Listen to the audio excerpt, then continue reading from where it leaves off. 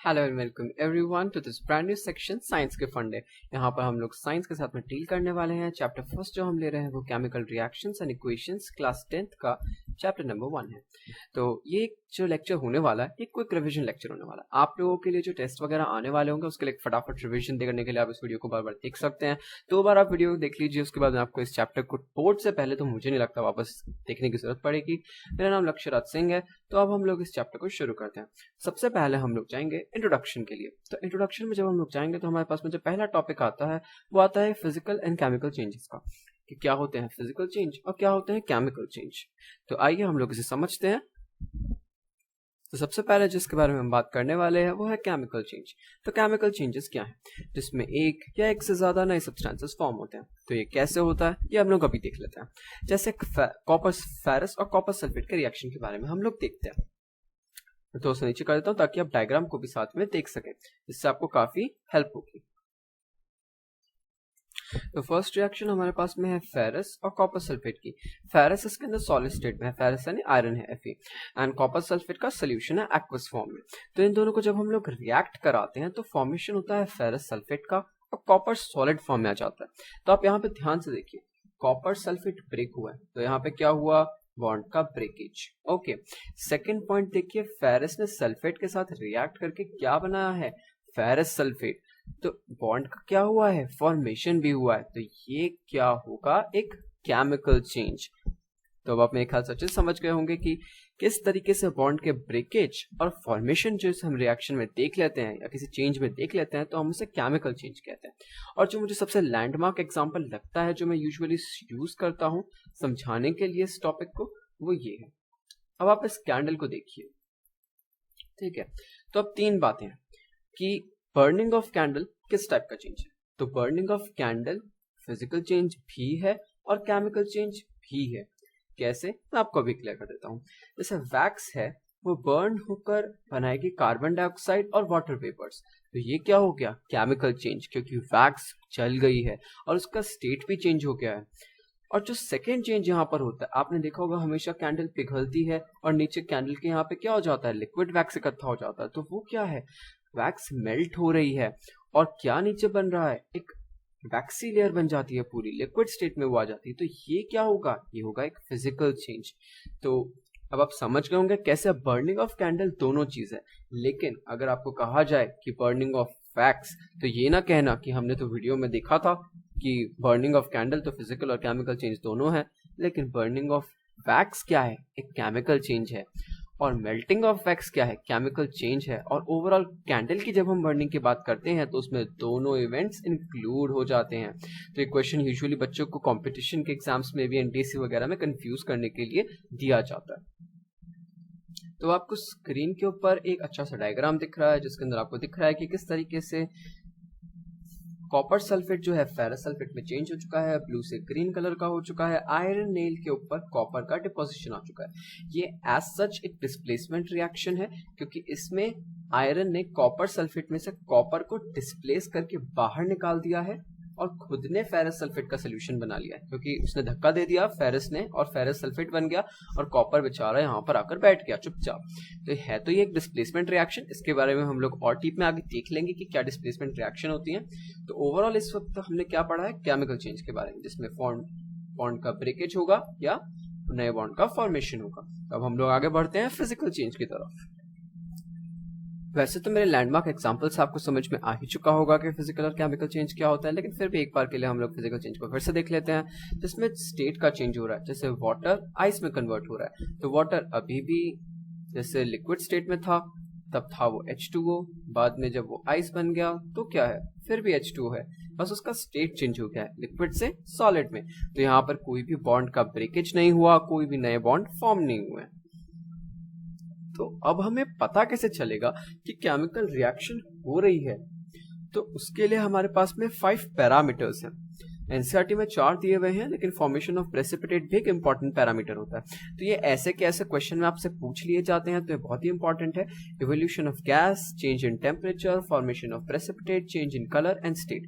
तो colour, state, precipitate, temperature और evolution of gas. मैं एक बार फिर से रिपीट कर देता हूं, एवोल्यूशन ऑफ गैस, कोई नई गैस फॉर्म हो रही है, बबल्स आपको दिखाई दे रहे हैं। टेम्परेचर चेंज हो गया है, फ्लास्क ठंडा हो गया है, गर्म हो गया है, जैसे एक्सोथर्मिक और एंडोथर्मिक रिएक्शंस में होता है, या प्रेसिपिटेशन हो गया है, कोई प्रेसिपिटेट आके नीचे जमा हो गया, या फिर कलर चेंज हो गया है रिएक्शन का, जैसे हमने पहले देखा था अभी फेरस सल्फेट और कॉपर सल्फेट के एग्जांपल में, या फिर स्टेट चेंज हो गई है। स्टेट चेंज से यहाँ पे मतलब है जैसे कोई रिएक्शन हाईली एक्सोथर्मिक है तो उसके वेपर्स फॉर्म हो गए हैं, इस टाइप की चीजों को हम आगे डिस्कस करेंगे। तो यहाँ तक आपको सब कुछ क्लियर होगा, ये पांचों पॉइंट आपको बाय हार्ट याद कर लेने हैं क्योंकि क्वेश्चन एज इट इज आता है यहाँ से। केमिकल रिएक्शन के बारे में आपको पहले ही बता चुका हूँ कि केमिकल चेंजेस जिसमें बॉन्ड का ब्रेकेज होगा या फिर नए बॉन्ड का फॉर्मेशन होगा तो वो क्या होगा, केमिकल चेंज। और रिएक्शन जिसके अंदर ये हो रहा होगा उसे हम केमिकल रिएक्शन कहेंगे, उसे एरो से रिप्रेजेंट करते हैं। लेफ्ट हैंड साइड में हमारे पास में जो होंगे वो होंगे रिएक्टेंट, राइट साइड में जो होंगे उन्हें कहेंगे प्रोडक्ट्स, और यही सब चीजें जो आपको यूजुअली पता रहती हैं। तो अब हम लोग अगले टॉपिक पे आते हैं, टाइप ऑफ केमिकल रिएक्शंस। तो केमिकल रिएक्शन होती कितनी टाइप की है, तो ये बहुत ही ज्यादा इंपॉर्टेंट टॉपिक है, इसे आप बहुत ही ध्यान से समझें। तो जो फर्स्ट टाइप है वो है कॉम्बिनेशन, जब एक से ज्यादा रिएक्टेंट कंबाइन हो रहे हैं। कॉम्बिनेशन से आपको क्या लग रहा है, कंबाइन हो रहा है, तो वो कंबाइन होके एक प्रोडक्ट बनाएंगे, तो ये क्या होगी, एक कॉम्बिनेशन रिएक्शन। डिकम्पोजिशन इसका जस्ट अपोजिट, जब एक प्रोडक्ट या रिएक्टेंट टूट के दो प्रोडक्ट बनाएगा तो हम उसे क्या कहेंगे, डिकम्पोजिशन।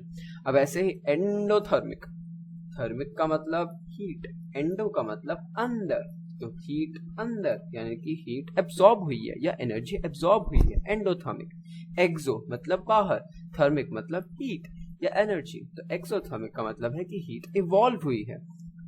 अब एक रिएक्शन होती है सिंगल डिस्प्लेसमेंट, यानी डिस्प्लेसमेंट भी जिसे हम यूजुअली कह देते हैं, जैसे ए बी, जैसे हमने भी फेरस और कॉपर सल्फेट वाला एग्जांपल देखा था, उसके अंदर फेरस ने कॉपर सल्फेट में से कॉपर को डिस्प्लेस कर दिया था। डबल डिस्प्लेसमेंट में दोनों एक दूसरे को डिस्प्लेस कर सकते हैं, इसे हम आगे एग्जांपल के साथ समझेंगे। अभी आप इतना समझ लीजिए कि एक टाइप ऑफ रिएक्शन होता है, और एक होती है प्रेसिपिटेट रिएक्शन, होती है रेडॉक्स रिएक्शन, और होती है न्यूट्रलाइजेशन जिन्हें एसिड बेस रिएक्शन भी हम लोग कहते हैं। तो ये हो गए टाइप्स ऑफ रिएक्शन। अभी हम लोग इन सबको डीप में पढ़ने वाले, टेंशन लेने की बिल्कुल भी जरूरत नहीं है। तो अब हम लोग वर्ड इक्वेशन की तरफ आगे बढ़ते हैं। तो वर्ड इक्वेशन क्या होती है, जिसमें हम लोग जैसे एक स्टेटमेंट आपको दिया हुआ होता है, ये क्वेश्चन आता है फर्स्ट चैप्टर में से, सबको इजी लगता है लेकिन इस टाइप का क्वेश्चन जरूर आता है कि आपको कहा गया है sodium reacts with chlorine to form sodium chloride. तो आपको इसको वर्ड में चेंज करना आना चाहिए कि सोडियम प्लस क्लोराइड, क्योंकि सोडियम रिएक्ट्स विद क्लोरीन, ये दोनों क्या हो गए, ये दोनों रिएक्टेंट हो गए, और इन्होंने क्या फॉर्म किया, सोडियम क्लोराइड। जैसे अब इसे आप रिएक्टेंट के फॉर्म में दिखाना चाहें तो 2Na plus Cl2 is going to form 2NaCl। ये रिएक्शन है जिसे हम लोग आप नीचे देख रहे हैं। तो इससे हमें पता क्या चलता है कि कौन रिएक्टेंट है और कौन प्रोडक्ट है, फिर हम लोग आगे इसमें कन्वर्ट कर देते हैं। तो इस टाइप के क्वेश्चंस आपने एनसीईआरटी के बैक एक्सरसाइज में देखे होंगे और टीचर्स के फेवरेट होते हैं फर्स्ट चैप्टर में से, तो आपके पेपर में जरूर आ सकते हैं। तो आपने अभी तक सीखा वर्ड इक्वेशन क्या होती है। अब हम लोग केमिकल इक्वेशन कैसे लिखेंगे, तो देखिए जैसे मैंने आपसे कहा, zinc reacts with dilute sulphuric acid to form zinc sulphate and hydrogen gas. तो अब इसे आप लोग ऐसे भी चेंज कर सकते थे कि zinc which forms reacts with sulphuric acid, अब करते प्लस सल्फ्यूरिक एसिड, फिर लिखते वहां पे जिंक सल्फेट और साथ में लिखते हाइड्रोजन गैस। तो अब यहाँ पर हम लोग इसे वर्ड इक्वेशन के अंदर एक्सप्रेस कर रहे हैं कि जिंक की जगह हमने उसका एलिमेंटल फॉर्म लिखा है, सल्फ्यूरिक एसिड की जगह उसका फॉर्मूला लिखा है। लेकिन अब यहाँ पे जो इंपॉर्टेंट चीज है वो यहाँ पे आगे पीछे जो आपको एब्रीविएशंस दिख रहे हैं, आप जितने ज्यादा एब्रीविएशंस पेपर में लिखेंगे आपके नंबर उतने ज्यादा बढ़ते जाएंगे। ये पूरा सत्य है और यही होता है साइंस के पेपर में। तो देखिए जिंक सॉलिड स्टेट में हमने लिया है, तो यहाँ पर एस लिया है, S represents solid state. Liquid state represent करते हैं लिक्विड से, और गैस रिप्रेजेंट करते हैं जी से। ओके तो डाइल्यूट का मतलब है कि वाटर के अंदर उसका बहुत ही डाइल्यूट सेल्फ कंसंट्रेशन है, H2SO4 काफी कम है और वाटर ज्यादा है। और एक्वस क्या रिप्रेजेंट करता है, अब एक्वस और लिक्विड के बीच में बहुत ही बच्चे कंफ्यूज्ड रहते हैं, लेकिन ये दोनों बहुत ही ज्यादा डिफरेंट चीजें हैं। एक्वस का मतलब होता है जैसे आपने नमक को पानी में मिला दिया, you added salt in water, तो उसका जो वाटर के अंदर सोल्यूशन बना that is called aqueous solution. लेकिन जब आपने आयरन को बहुत ही अच्छी भट्टी में डाल के एकदम गरम मेल्ट कर दिया है और वो बन गया है लिक्विड, यानी लिक्विड स्टेट में आके मेल्ट हो गया है, तो उसे हम लोग कहते हैं लिक्विड। यानी कि इसमें सिर्फ आयरन है, लेकिन इसमें सॉल्ट के साथ में क्या है, वाटर। तो एक्वस सोल्यूशन वो होते हैं जिसमें उस सोल्यूट के साथ में क्या होता है, वाटर। तो यहाँ पर एक्वस लिया है, और जिंक सल्फेट पे कैसा फॉर्म होगा, एक्वस, क्योंकि वाटर कहीं जाने वाला तो है नहीं। लेकिन यहाँ देखिए जिंक आया, उसने सल्फेट और हाइड्रोजन के बीच के बॉन्ड को तोड़ा और उसकी जगह ले ली, और हाइड्रोजन क्या हो गया, ये एरो क्या रिप्रेजेंट करता है, देखिए ये गैसियस स्टेट में होगा, इसलिए सोल्यूशन से बाहर निकल जाएगा, बबल आउट हो जाएगा। आपने सुना होगा मैम कहती हैं कि हाइड्रोजन बबल आउट हो गया। बबल आउट का मतलब है कि वो बाहर आ चुका है। तो ऊपर वाली एरो रिप्रेजेंट करती है कि कोई गैस इवॉल्व हुई है, और नीचे वाली एरो रिप्रेजेंट करती है कि कोई प्रेसिपिटेट फॉर्म हुआ है। अब कहीं कहेगा कि हम इसे याद कैसे रखें, तो बहुत ही सिंपल है। जैसे कोई आपके साथ में सोल्यूशन है जिसमें रिएक्शन हो रही है, तो जब कोई सॉलिड चीज फॉर्म होगी तो वो कहाँ जाएगी, बेस में, और कोई गैस इवॉल्व होगी तो वो कहाँ जाएगी, एयर में। तो ऊपर वाला रिप्रेजेंट करता है गैस को, और नीचे वाला एरो रिप्रेजेंट करता है सॉलिड यानी प्रेसिपिटेट फॉर्मेशन को। तो ये सारे सिंबल्स आप सभी को क्लियर होंगे। तो अब हम लोग आगे चलते हैं। अब तक हमने देखा कि कौन से चेंज फिजिकल होते हैं, कौन से चेंज केमिकल होते हैं, कैसे हम लोग उन्हें आइडेंटिफाई कर सकते हैं, और कैसे हम लोग रिएक्शन को लिखते हैं, रिएक्टेंट को लेफ्ट में, प्रोडक्ट को राइट में, और सिंबल्स का यूज करना बहुत ही ज्यादा इंपॉर्टेंट है। एक सिंबल जो वहां पर रह गया था वो था एरो के ऊपर जब ट्राइंगल बना होता है, इसका मतलब आपने हीट को प्रोवाइड किया है। आई रिपीट, आपने अगर एरो के ऊपर ट्राइंगल बना हुआ देखा है तो इसका मतलब है कि रिएक्शन में हीट का इन्वॉल्वमेंट है और आपने रिएक्शन मिक्सचर को हीट किया है। तो अब हम लोग बात करते हैं बैलेंसिंग ऑफ केमिकल रिएक्शन। तो अब एक अनबैलेंस्ड और बैलेंस्ड रिएक्शन क्या होती है, ये सब आप लोगों को पता होगा क्योंकि एक रिवीजन लेक्चर है। हम लोग इसे क्यों बैलेंस करते हैं, क्योंकि law of conservation of mass कहता है, law of conservation of mass कहता है कि जितना मास आप डालोगे उतना ही मास निकलेगा, बीच में मास कहीं गायब नहीं होगा। तो जितने एटम आपने डाले हैं उतने ही एटम बाहर निकलने चाहिए, बीच में कोई लॉस एटम का नहीं होना चाहिए। तो बैलेंस्ड केमिकल इक्वेशन वो होती है जिसमें लेफ्ट हैंड साइड के एटम और राइट हैंड साइड के एटम एकदम इक्वल होते हैं। बैलेंस एक बहुत ही शानदार ट्रिक मैं आपको बताने वाला हूँ, एक शॉर्ट ट्रिक होगी जो अभी हम लोग आगे डिस्कस करने वाले हैं।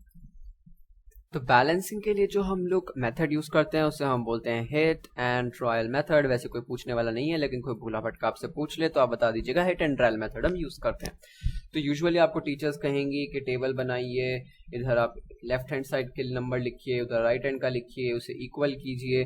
मैं आपको एक बहुत ही इजी तरीका बता देता हूँ। आप लोग शुरू कीजिए ऑक्सीजन। अगर देखिए बहुत सारे एलिमेंट है, जैसे मैंने अच्छी खासी एक अच्छी बहुत ही हार्ड सी इक्वेशन ली है जिसमें बहुत सारे एलिमेंट्स हैं, तो आप ऑक्सीजन हाइड्रोजन को छोड़ दीजिए और आप देखिए मेटल्स को। तो आपने सबसे पहले कौन सा मेटल देखा, कैल्शियम।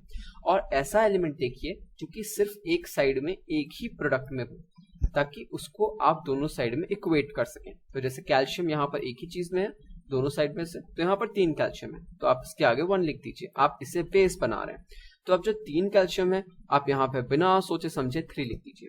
ठीक है, अब आपको लीड मिल चुकी है। अब आप यहाँ से देखिए कि कौन सा इन दोनों के अंदर अनकॉमन है। तो आपको कार्बन अनकॉमन दिख रहा होगा, या फिर आप फास्फोरस भी देख सकते हैं। यहाँ पर अगर आप फास्फोरस का नंबर देखेंगे तो वो 2 है, और आप यहाँ जब कार्बन का नंबर देखेंगे तो वो 3 है। आप दोनों में से कोई सा भी स्टेप ले सकते हैं, मैं कार्बन को आगे फॉलो कर रहा हूँ। तो मान लीजिए आपने कार्बन लिया और कार्बन के आगे 3 लिखा हुआ है, तो आप यहाँ पर 3 लिख दीजिए बिना सोचे समझे, क्योंकि कार्बन इस रिएक्शन में सिर्फ और सिर्फ यहीं पर है। इस बात का ध्यान रखना है कि लेफ्ट हैंड साइड में आप जिस नंबर को कैरी फॉरवर्ड कर रहे हैं, इसमें से जैसे आपने कार्बन को सेलेक्ट किया तो वो कार्बन यहाँ पर 1 में ही होना चाहिए। मैंने ऑक्सीजन सेलेक्ट नहीं किया, ऑक्सीजन यहाँ पे 9 है, लेकिन ऑक्सीजन यहाँ भी है और यहाँ भी है और यहाँ भी है। तो ऑक्सीजन से जिसने शुरू किया उसका काम तमाम। तो आपको ऐसा एलिमेंट लेना है जो दोनों साइड 1 में ही हो, उसे इक्वेट करना है, फिर वहां से आगे लीड लेनी है। तो हमने कार्बन को लिया और 3 किया। अब हम लोग आगे फास्फोरस को ले लेते हैं। फास्फोरस इसमें है नहीं है, इसमें है नहीं है, तो इन दोनों का फास्फोरस इक्वल होना चाहिए, इसमें 2 और इसमें भी 2। तो आपकी रिएक्शन बैलेंस हो चुकी है। आप आगे नीचे चेक कर लें, 3 2 1 एंड 3, ये रिएक्शन बैलेंस हो गई। ये तरीका हमेशा काम आता है। तो अब हम लोग आगे चलते हैं। तो अब हम लोग फाइनली शुरू करते हैं types of chemical reaction 1 by 1। सबसे पहला जो हम लोग देखने वाले हैं कॉम्बिनेशन। ये सबको आती हैं, कैसे भी आपको यूजुअली पेपर में आपको क्या दिया जाएगा, 5 तरह की रिएक्शन दी जाएंगी। उसमें आपको कहेंगे कि identify the type of reaction and right the name. तो जिस भी रिएक्शन में इस तरफ 2 हो और इस तरफ 1 हो, इस तरफ से मेरा मतलब है रिएक्टेंट साइड में 2 हो या 3 हो और प्रोडक्ट साइड में सिर्फ एक ही मॉलिक्यूल हो, तो आंख बंद करके आप इसमें लिख दीजिए कि वो एक कॉम्बिनेशन रिएक्शन है।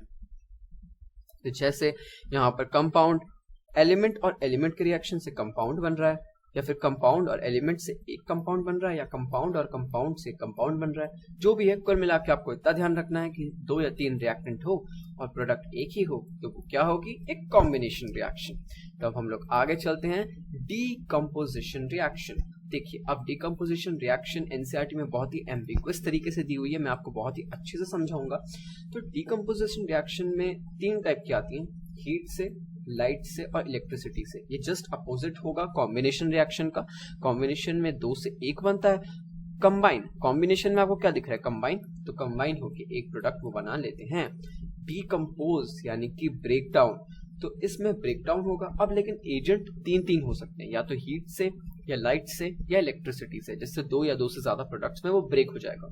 तो अब हम लोग आगे के लेक्चर में यानी कि आगे के पार्ट में हम लोग देखने वाले हैं कि किस किस टाइप की डीकंपोजिशन रिएक्शन हमें देखने को मिलती है।